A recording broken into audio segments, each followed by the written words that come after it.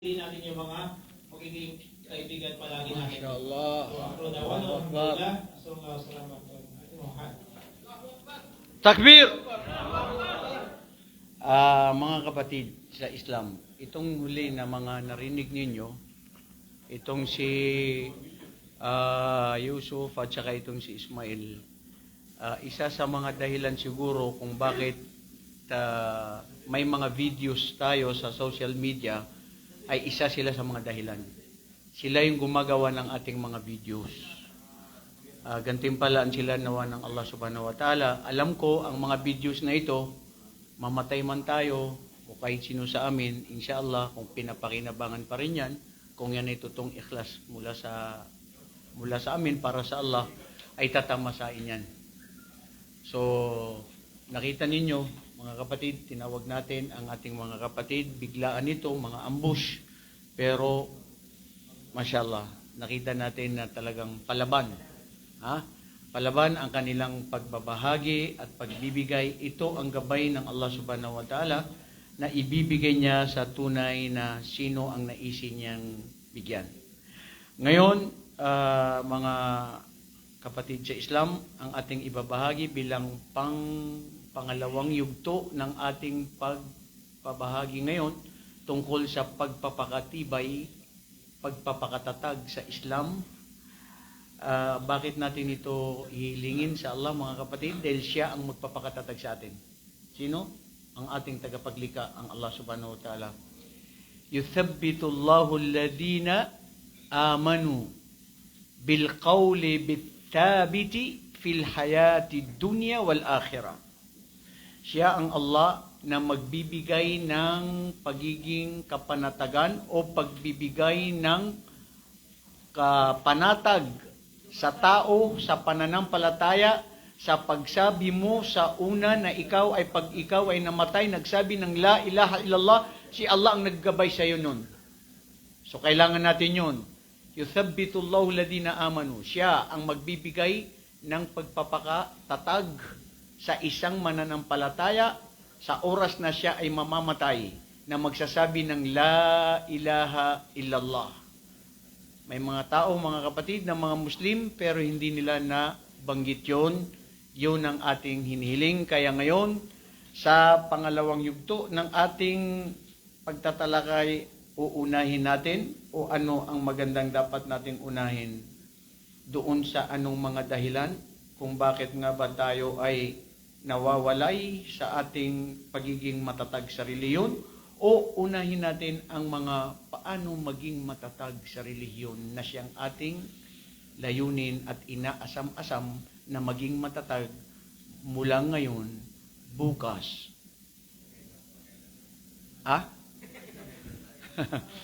Tayong nagsabi niyan, bro, hindi yun ang sasabihin ko, yung magpakailanman, may ibang word na dapat tayong sabihin dyan. Ngayon, bukas, hanggang magunaw ang mundo.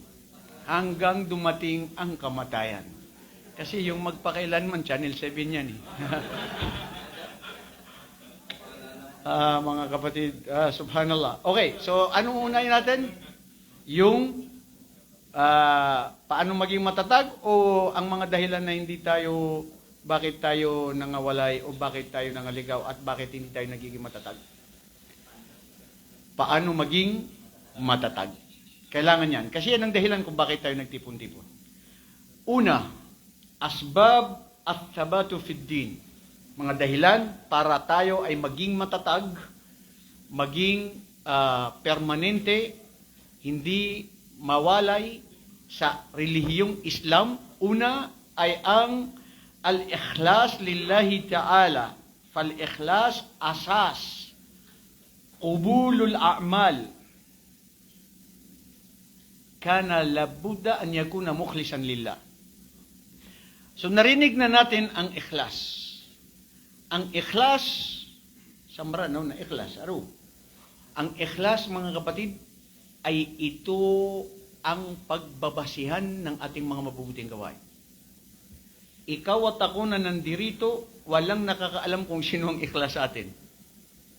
Maari nakikita mo na ikhlas ako, pero sa loob hindi nyo alam. Ganon din ako sa inyo, vice versa. Sino ang tanging nakakaalam? Ang ating tagapaglikha at ang nagmamay-ari nito na ikaw. So bakit ang ikhlas ang pinaka-importante? Dahil ito ang pagbabasyahan ng ating mga gawain. At dito rin nakikita ng Allah kung ikaw ay totoo at nararapat dapat nga ba na ikaw ay patatagin sa reliyon. Logically, bro, alam ng Allah, wala pwede tayong itago, isekreto sa ating mga puso. Kung ano ang alam niya ang nasa puso mo, nararapat ka bang dapat patatagin sa Islam? Kung makikita sa iyo ang pagka-ikhlas. Kung pakitang tao, parinig sa tao, hindi totoo, plastic ang puso mo. Plastic ang puso mo? Mayroon pa plastic puso? Hindi totoo. Anong surgery? Hindi totoo ang puso. Mayroon ding hindi totoo ang puso? Fake ang puso? Aywan ko, kayo nagsasabi niyan. Pero, ang punto rito mga kapatid, maging matutuo tayo sa ating mga puso dahil ito ang pagiging matatag sa reliyon. Of course, titignan nyo ng Allah. Ito ba ay nararapat na dapat patatagin ko sa Islam o hindi? Pangalawa, al-ikhlas wa thaniyan al-muhafadhatu ala salah. Sabi ng Allah sa Quran, wasta'inu bis sabri was salah. Ang gampanan natin ang 5 beses na pagdarasal sa isang araw. Itanong natin ngayon sa sarili natin, sino ang nagdarasal ng 5 beses isang araw? Sagutin mo na yun, sarili mo yun. Hindi ko kailangan malaman. And I'm not interested. Kaliwali, that's your life. I have my life. Lahat tayo mayroong mga ano. Pangalawa, sa muhafadhatu salah, mga kapatid, sasabihin ko to sa sambayanan ng mga kamusliman, lahat tayo. Wallahi, kung wala ang salah sa ating buhay, ano pa ang faida ng ating buhay? Sa salah, dito natatagpuan ang kapanatagan ng puso at pananampalataya at ugnayan sa Allah. Pag walang sala, halos magkukulang tayo sa oras na puros mga kamunduan ng ating naiisip at ang ating ginagawa. Isipin nyo kung walang sala, paano mo nalang maalaala ang Allah? Minsan nga pati sa patrabaho, makakapagsalita ka ng mga makamundong bagay, pagmumura, mga kalasuan ng salita. Kung wala ang sala na nandito yung subhanallah, mga kapatid, di nyo ba alam na sa pamamagitan ng sala, ang Allah subhanahu wa ta'ala ay sinasabi niya sa kanyang mga anghel, Dhakarani abdi, hamidani abdi, wali abdi ma sa'al, wa uti ma kullu ma sa'al. Dito sa pamamagitan ng sala, ang ating tagapaglikha, ang Allah subhanahu wa ta'ala, ay kinakausap natin siya. At tayo din ay sinasagot niya sa pamamagitan ng ating sala. Tanungin ko kayo, sino sa palagay nyo sa buhay ninyo ang gustong-gustong nyong makausap ngayon dito sa mundong ito? Sino? Magulang, sim-sim, kuluyom. Tunap man ni masusuay siya. Ay, may kapakawit ako na pakawit ako man. Dami pa man sukay. Ha? Magulang? Ha? Araw-araw, nakakausap natin magulang. Hindi, bro. Yung inaasam-asam mo na mahirap mo makausap. Kailangan mo pa ng appointment. Hindi mo kakayanin na ikaw ay makausap mo siya. Mabigat na tao. Di kaya kahit sino. Huwag mo sabihin ng siyota mo. Hindi yun. Ha? Sino? MBS. Oh, bro, mashallah. Okay, tanong kita kapatid na si Mil. Anong sasabihin mo kay MBS pag nakausap mo ngayon? Dagdag sahod? Ito ang tanong natin sa sarili natin. Subhanallah. Itignan nyo kung may hihilingin tayo sa Allah, ang dapat hilingin natin sa Allah ay ang maging matatag sa reliyon, tanggapin sa paraiso at tanggapin ang ating mga mabubuting gawain. Dito, minsan karamihan hinihiniling natin sa Allah, Ya Allah, Dagdag ng sweldo. Koto. Dagdag ng sweldo, promotion, iPhone, makapunta doon, magduwaya, yan, sige, dagdagan nyo pa. Lahat. Ha? Bakit gusto mo bro ng marami? Anong marami? Marami ng makamundong bagay. Na kung tutuhanin natin, panatilian lang ito. Panandalian lang ito. At hindi siya mananatili. Kung tunay na ano ang dapat nating hilingin sa Allah subhanahu wa ta'ala, ay yung mananatili sa mundo at lalo na sa araw ng paghukom. At ano yun mga kapatid? Ang pagiging matatag sa reliyong ito. Dahil sila yung mga taong tunay na tagumpay. Bilang panghuli sa sala, ang sala ang siyang unang itatanong sa ating mga gawain sa araw ng paghukom. Mahirap ka man, hindi ka kilala, pobre ka man, wala kang kaibigan, wala kang asawa, ano man ang ano mo sa buhay mo, pero kung ikaw ay nagdarasal ng palagian ng 5 beses sa Allah, isipin mo ikaw ang pinakamarangal sa Allah. Maski hindi na ako marangal sa mga tao, maski hindi ako kilala ng mundo, maski ayaw sa akin ng lahat, pero kung ako ay mahal ng Allah, yun ang pinakatunay na minimithi at layunin ko sa buhay. Ano yun bro? Sa gabay ng Allah sa'yo, sa sala. Kung ikaw ay Muslim na nakikinig ng hindi nagsasala, balik Islam o born Muslim, bro, oras na ngayon na pagbabalik loob at baguhin ang sarili. A'azam, pinakamarangal at sagrado sa Allah na gawain na ritual na pagsamba sa Kanya ay sala. La yujad. Si Propeta Muhammad sallallahu alaihi wasallam umakyat sa taas, sa langit, hindi nakarating si Jibril doon sa Sidratul Muntaha, na kung saan doon kinausap ng Allah subhanahu wa ta'ala ang kanyang pinakamamahal na propeta, huling propeta, wala siyang ipinag-utos, wala siyang itinagubilin, wala siyang gustong sabihin sa kanyang propeta, maliban na lamang sa sala.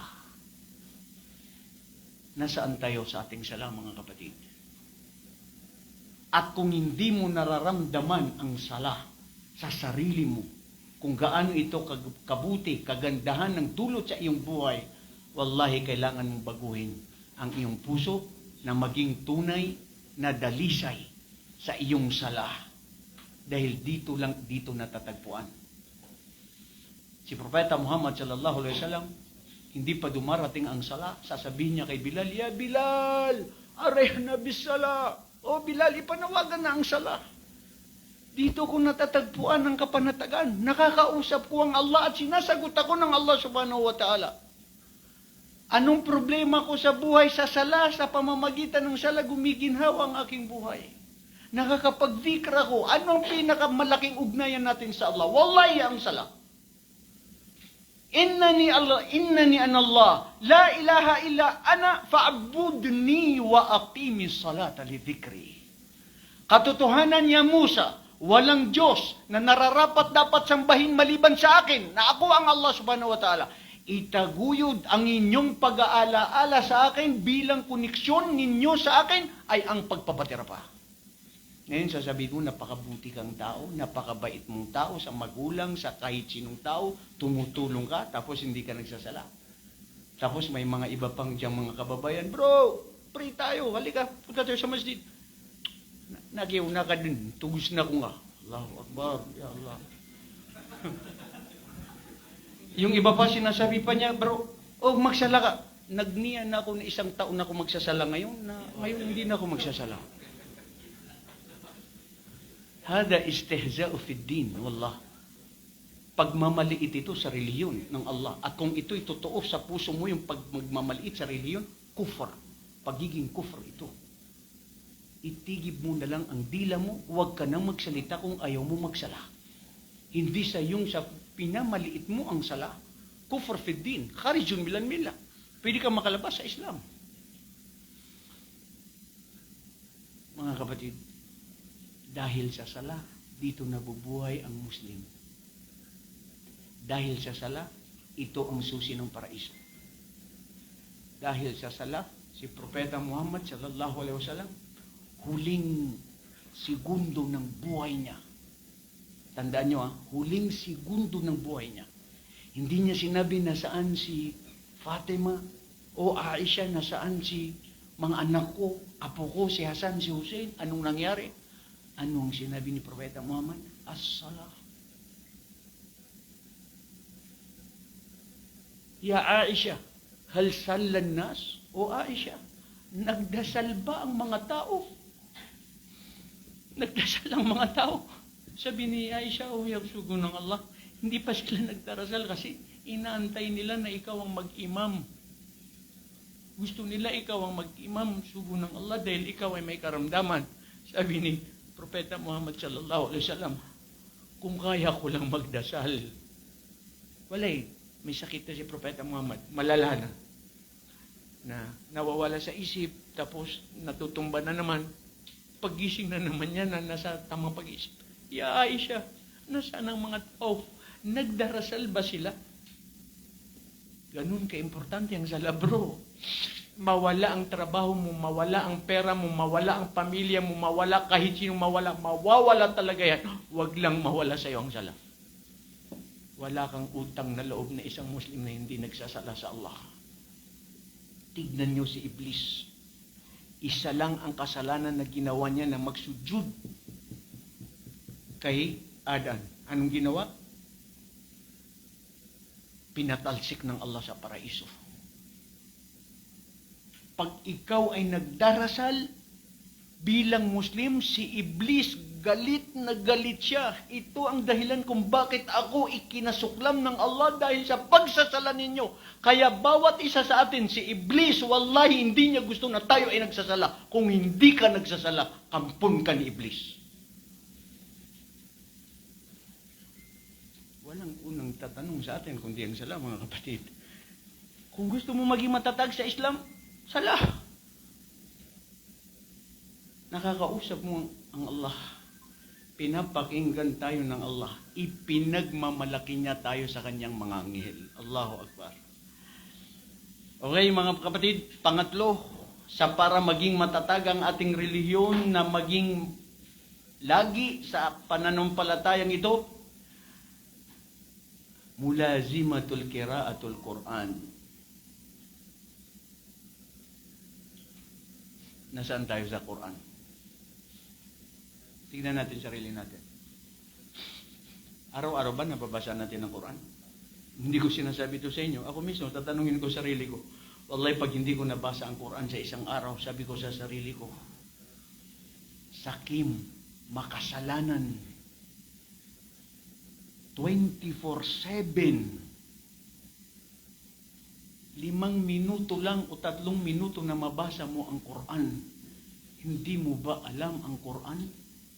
Siyang pinakamalaking biyaya na ipinagkaloob ng Allah sa sangkatauhan.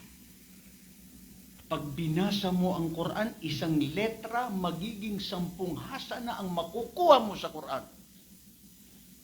Iqra'ul Qur'ana fa innahu syafi'an li ashabi fi yawmil qiyamah. Basahin ninyo ang Quran dahil ang Quran ito ay mamamagitan sa inyo sa araw ng paghukom. Magsasaksi ang Quran. Ilang mga kamusliman ngayon na tumanda na tigulang na hindi pa kaya ang Quran. Wallahi mga kapatid, naiyak ako minsan sa mga kapatid na ito, na mga balik Islam. Tingnan mo, bakit ko pinabasa kanina yung si Ismail? Ang ganda ng boses niya sa Quran. Isang balik Islam. Ang ganda ng boses. Napopronounce yung mga tajwid. Yung iba dyan, ako nakikipaghunan pa sa mga kapatiran kung balik Islam na estudyante ko, bro, imumuraisin ko to, imuraisin mo din to. Nagsasabay kami para lang sa Allah. Anong ginagawa natin sa Quran? Dekorasyon sa bahay. Nilin lang tayo ng mapanilang na lipunan. Dahil sa mga mundong nakikita natin. Kung mamatay lang ang tao at makagising. Bro, ito very challenging ito eh. ang dami mong na-memorize, ang dami mong nabasa sa mga salawikain, sa mga encyclopedia, yung iba comics, yung iba newspaper, yung Quran na salita ng Allah. Nasaan tayo? وَلَقَدْ يَسَّرْنَا الْقُرْآنَ لِلذِّكْرِ فَهَلْ مِن مُّدَكِّرٍ. Allahu Akbar. Itinalaga namin katotohanan ang Quran na napakadali sa kanila. Mayroon nga ba, sabi ng Allah, ika sa kanila na may nag-aalaala sa akin sa pamamagitan ng Quran? Bakit minsan nandyan yung Quran, papakinggan natin, mas gusto pa natin pakinggan si Madonna, si Michael Jackson na patay na. Ito yung mga patay na puso. Oo, nagkakasala tayo bro, pero subhanallah, Quran, kapatid, kung gusto mong maging matatag, na panatilihin ng Allah sa kanyang reliyon. Pang-apat, ad-dua, a'adam al-adiyah. Sinong hindi humihiling sa Allah? Ang hindi humihiling sa Allah, sila yung mga mutakabbir. Sila yung mapagmalaki. Hindi nyo ba alam na may sinabi ang mga Arabo?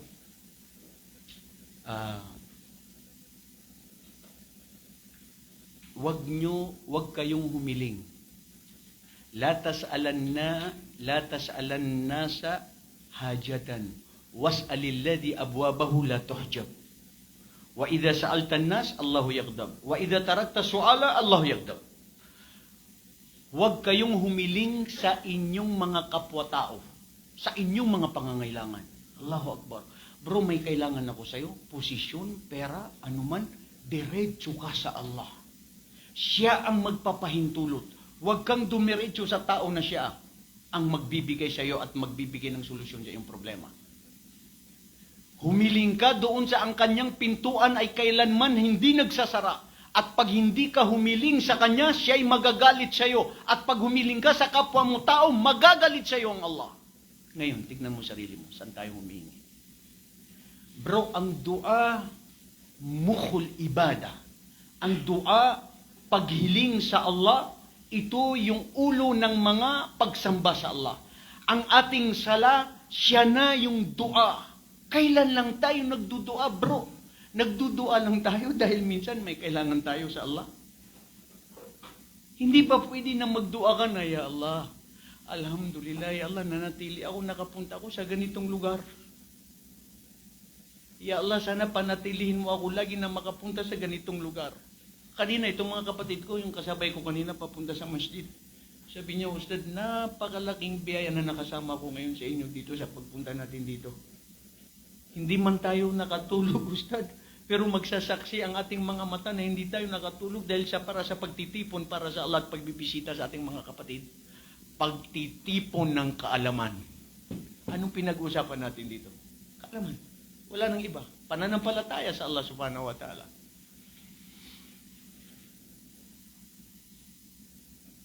Quran, mga kapatid. Kung binyayaan ka ng Allah na marunong magbasa ng Quran, magpasalamat ka sa Allah, magkaroon ka na maski 5 minutes na magbasa ng Quran.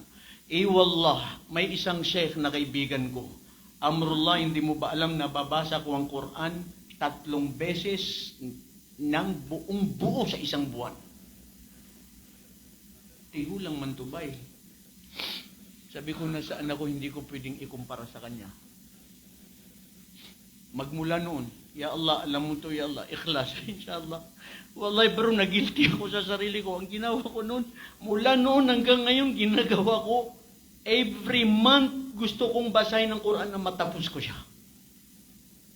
Oh, maski sabihin yung pagmamalaki, I want to share you because this is a challenge to everyone. Kung nakakaya ko basahin ng Quran sa buong Ramadan, which is nung ako'y natutong magbasa ng Quran nung pagtapos ko ng Madina hanggang ngayon, binabasa ko talaga ang Quran ng 1 beses sa buong Ramadan. Sabi ko sa sarili ko, sakim ka. Ba't mo binabasa ang Quran sa Ramadan lang? Hindi mo ba siya pwede basahin maski after Ramadan? Na pwede mo rin naman siya kayang basahin? Yun matanda yung 3 beses na babasa niya ang Quran. Malapit nang mamatay, nahihirapan siya nung sa oras. Ikaw, anong ginagawa mo sa sarili mo? Ako, kinakausap ko sarili ko. Namamangha ako. Kalugdan sila ng Allah, tanggapin sila ng Allah ang mga taong nagbabasa, nagpupursigi ng Quran na nahihirapan. Ang mga matatanda sa atin, mga maranang, Masya Allah, Allahu Akbar, pagdating mo sa bahay nila, nagbabasa ng Quran. Mga kapatid, ito yung sinasabi nating pagpapakatatag sa relihiyon. Pang-apat, para maging matatag sa relihiyon ng Allah, suhbatus salihin.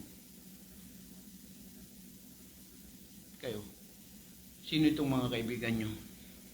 Alam mo, isa sa ibig sabihin nung as-sadiqu qabla at-tariq, magkaroon ka ng kaibigan na totoo, na magpapaalala sa iyo sa Allah bago ang anumang daan na saan ka gusto pumunta. Logically, ganun yun. As-sadiq qabla at-tariq.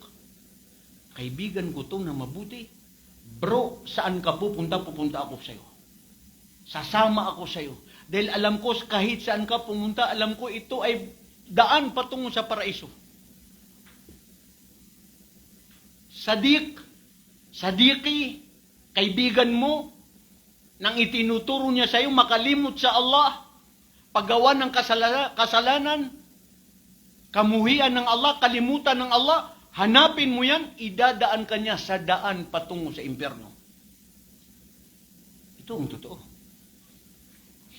Bro, bakit nangaligaw ang mga nauna? Bakit patuloy na naliligaw ang kung sinong naliligaw ngayon ay dahil sa kaibigan? Kayo na ang nagsabi kanina. Tell me who your friends, and I'll tell you who you are. Kala Rasulullah sallallahu alaihi wasallam, almar'u ala dini khalili. Ang tao ay doon siya sa kanyang kaibigan kung sino kinakasama niya. Wallahi, pero sa totoo lang, sasabihin ko to sa mga kaibigan ko, itong mga sumasama na ito. Nararamdaman ng bawat isa sa amin sa pagmamahalan sa Allah. Hindi mabili ng pera, kwarta. Totoo yan. May isang kapatid dito, Ustad, maiyak-iyak ako nung tineksan mo ako na gusto mo kong sumama. Sabi ko, bro, hindi ko rin alam bakit nung narinig ko na hindi ka na pwede kasya doon sa isang kotse. Sabi ko, maski hindi ka to kasya, kung maluwag pa doon sa isa, doon na lang sa akin. Pero bro, inshallah makakasama ka. Galak ng tuwa, ng pagmamahalan para sa Allah na walang kondisyon. Bro, ang mabuting kaibigan, ang magbibigay sa iyo ng tunay na yaman, kapanatagan at kabutihan at makakapiling mo sa paraiso. May isang tao na nakapasok sa paraiso. Tignan mo mga tao mabubuting kaibigan. Ya Allah, nasaan yung dating kaibigan ko sa mundo? Nakikita ko siya, kasama ko, pero ngayon wala siya dito sa paraiso. Si Allah, sa araw ng paghukom, hindi niya gusto ang alipin niya na nasa paraiso na mayroong inihiling o maisip niya na hindi maibigay. Aking alipin, naisip mo, ang kaibigan mo, ipapakita sa iyo ng Allah, nandoon siya sa impyerno dahil suwail, nagkasala. Sumama ang loob ng kaibigan niya. Ya Allah, kaibigan ko nasa impyerno. Sana makasama ko dito sa paraiso.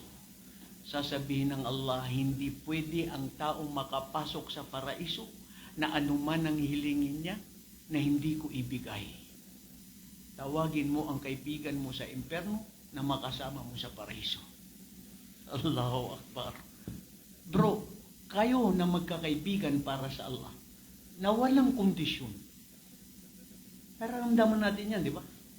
Walang tunay na pagkakapatiran at pagkakaibigan.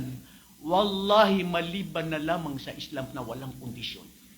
Na totoong pagkakaibigan. Yung totoo, Kasi minsan mayroon din plastikan na nagkakaibigan sa Islam. At minsan nagkaibigan sila sa una, bandang huli nagkakahiwalay. Hindi yun. Kaibigan mo, natignan mo, yung binasa kanina ng kapatid natin, sa time ni Propeta Muhammad, kinalugdan ng Allah subhanahu wa ta'ala ang isang tao, saan ka pupunta? Ya fulan, ila ayna tadhab? Uridu an azura akhan li. Limada? Ishkara din fi dunya. La wa inni faqat uhibbuhu fillah. O fulan, saan ka pupunta? Pupunta ako sa kaibigan ko dahil nananabik ako, namimiss ko siya, gusto ko siya makita. Bakit? Anong sadya mo sa makamundong bagay? Wallah, wala lang.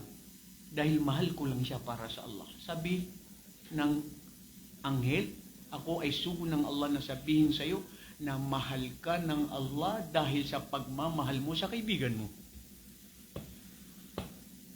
Yan ang epekto ng tunay na pagkakaibigan sa Islam.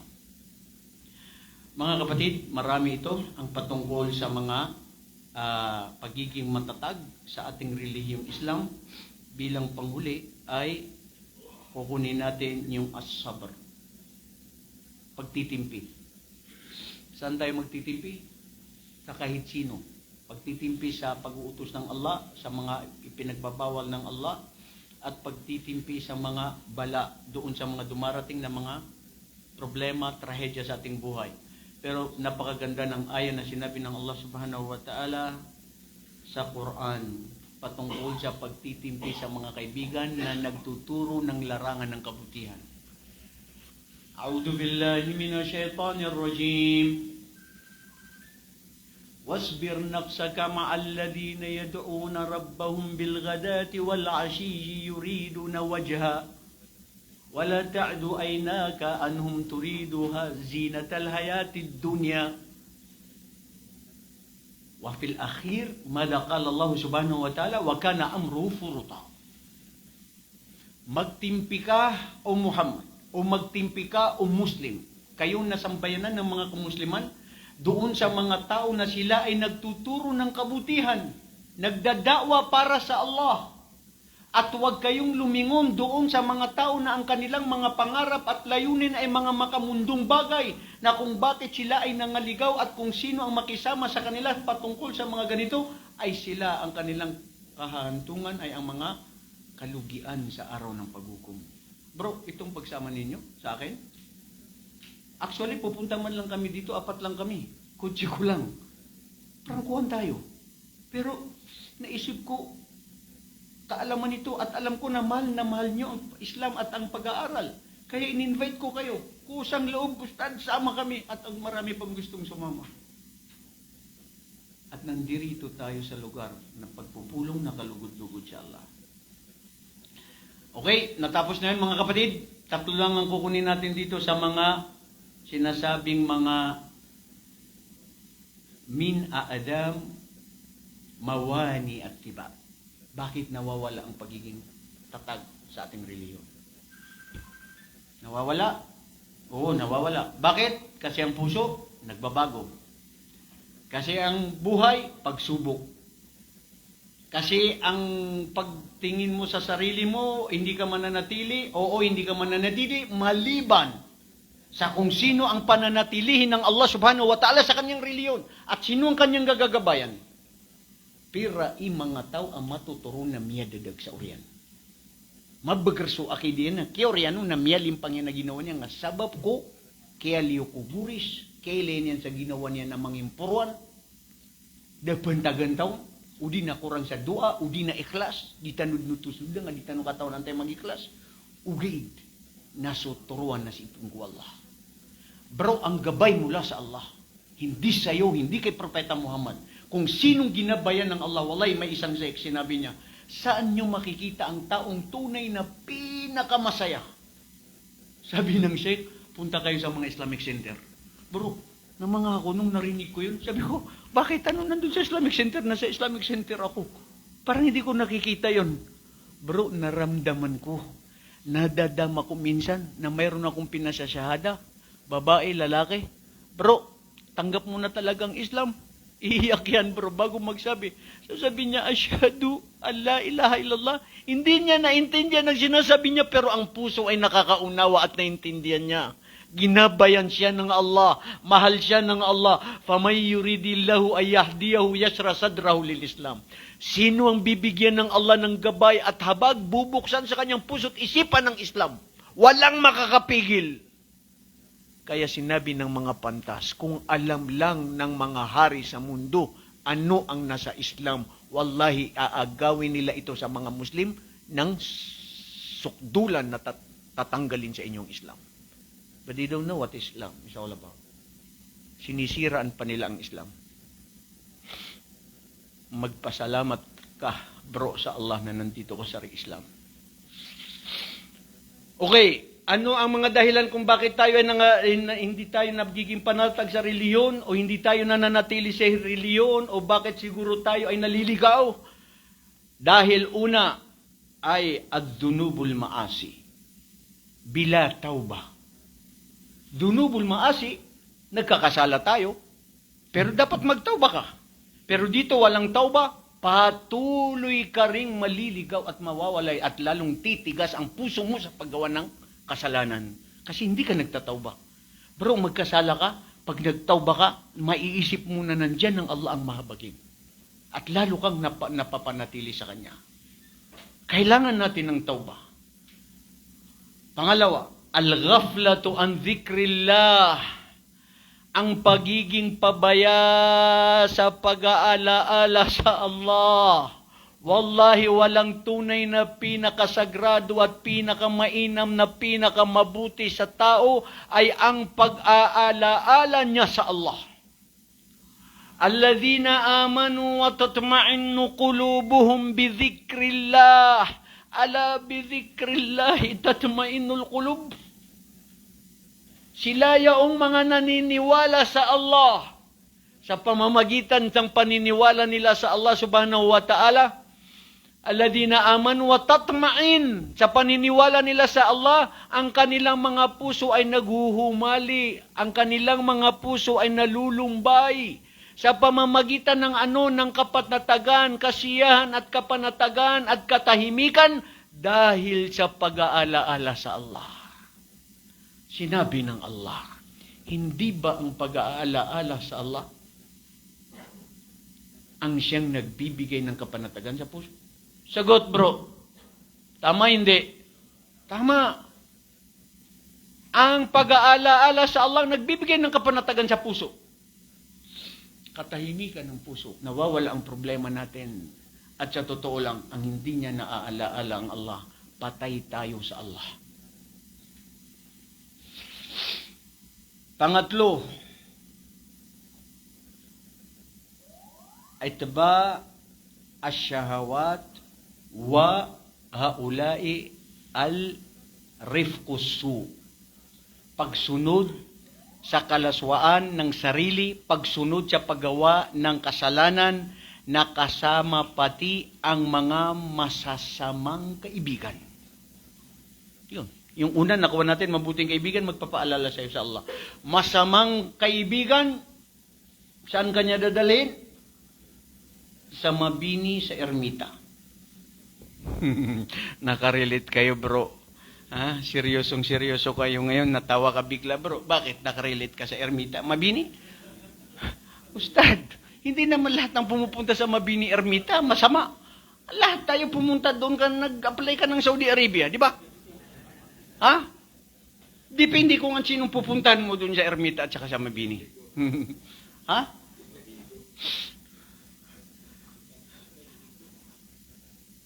Anong nag-apply lumiko?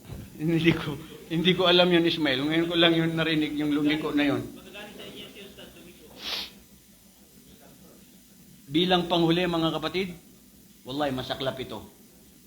Para ikaw ay hindi na nanatili sa relihiyong ito, na pwedeng hindi ka panatilin ng Allah, al-i'jab bin nafs wal kibr. A'udhu billah. Yung pagtingin mo sa sarili mo na napaka matalino mo, napaka mataas mo, napaka sikat ka, kilala ka at matalino ka, at dahil sa kibar. A'udhu billah. Hindi yan pwede. Kung nabilib ka sa sarili mo, na may kakayahan ka, nakabutihan, sabi mo, Ya Allah, astaghfirullah, patawarin ako kung ako'y nakapagmalaki sa sarili ko. At dagdagan nawa ito na maging ikhlas na patuloy bigyan mo ako ng gabay. Hindi yung sabihin mo, ako ang gumawa niyan, magaling ako, kung wala ko, hindi nyo yan kaya. No bro, huwag kang masyadong bilib sa sarili mo, kapatid na Ayman Pogi.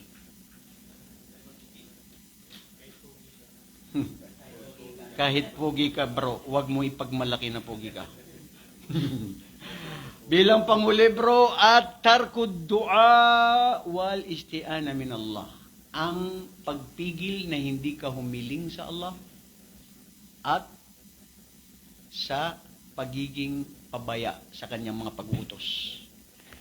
Hanggang sa muli, sana napulutan natin ng aral ang mga sandaling ito para maging matatag sa ating reliyon at anong mga dahilan kung bakit hindi tayo nagiging matatag sa reliyon. Dahil sa pagpapabaya natin sa Allah, dahil sa hindi natin pag-aalaala sa Allah, dahil sa hindi natin pagsasala, dahil sa mga kaibigang masasama. Hanggang sa muli mga kapatid, ay mayroong pang pabango na ibibigay sa inyo ni, saan si Muslimin? Muslimin! O sige, tanong. Bro, ilagay natin yan dito. Muslimin, 2:00 na. Sino sa inyo ang nagugutom? Itaas ang kamay. Franco, mashallah. Okay yan. Okay, kung kayo ay nagugutom, Muslimin, ibigay na o kakain na? Dumating na yung pagkain, di ba? Pero dumating na yung pagkain. O, naakin na yan. Para ipamigay natin sa kanila yan. Okay. Bismillah. Unang katanungan. Isip, focus. Sino ang kanyang ikama number? Ang pinaka-last ay 5. Hindi nga. Bro, Allah eh. Dalil. Teka lang, tignan ko rin yung sa akin. Bro, pwede rin ako kumuha. Ano ba yung ikama number ko? Bro, ikaw ikama number mo din? Teka lang. So kung marami tayo na 5 ang ikama number niya, alhamdulillah, tiba-tiba tayo ngayong araw. Maganda yan. Samahan ng pagkakapatiran. Walang iwanan. Ustad, Sige lang. Number 5 ang ikama. Wallahi ako ay 5. Sandali bro. Don't get me wrong. Wallahi hindi ko alam kung bakit ko yan naisabi ngayon. Dapat katanungan ang sasabihin ko. Dahil nagugutom kayo para padaliin ko na lang siya. Kaya yun ang nasabi ko. At hindi ko akalain na number 5. Ngayon ko lang napagtanto na number 5. 05. So, ayaw nyo at gusto, pumayag ang sinter, kukuha ako. Patingin ng sayo bro. Dalil, number 5 ka din? 05 ka din. 05, kuha ka din. Yan, yung malaki. Yan. Ikaw din, 5 din? Masya Allah, mga taong biniyayaan ng Allah. Allahu Akbar. Dalil, number 5? 65. Masya Allah. Sino pang 5? Meron pang number 5? Ito ang sinasabing tiba-tiba. 35. Masya Allah. Ikaw, 5 din? Kay Ayman. Sige. Wala na. Nahurot. Yung sa akin na lang, ibibigay ko talaga kay Ayman. Bro, yan. Ibibigay ko sa yan. Pag hindi mo kinuha, hindi kita pasasakain sa pagbalik sa syariat. Kunin mo, bigay mo sa kanya. Anong problema? Di kakain na. Tapos na ang pamigay natin. Wala na tayong ibigay kay nahurot na tanan. Bro, kalugdan tayo ng Allah, mga pagari ko.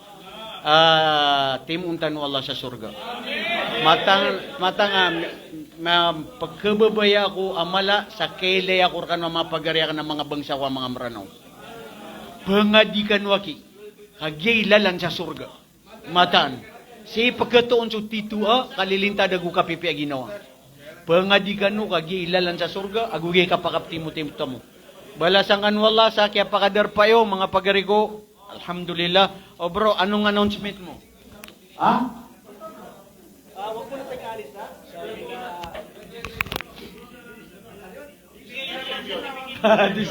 Bisaya, di man ni si ko ano.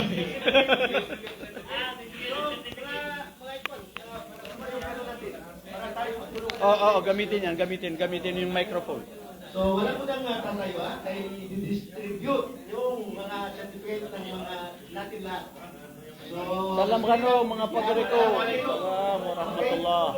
Mga bangsatan, mga marano.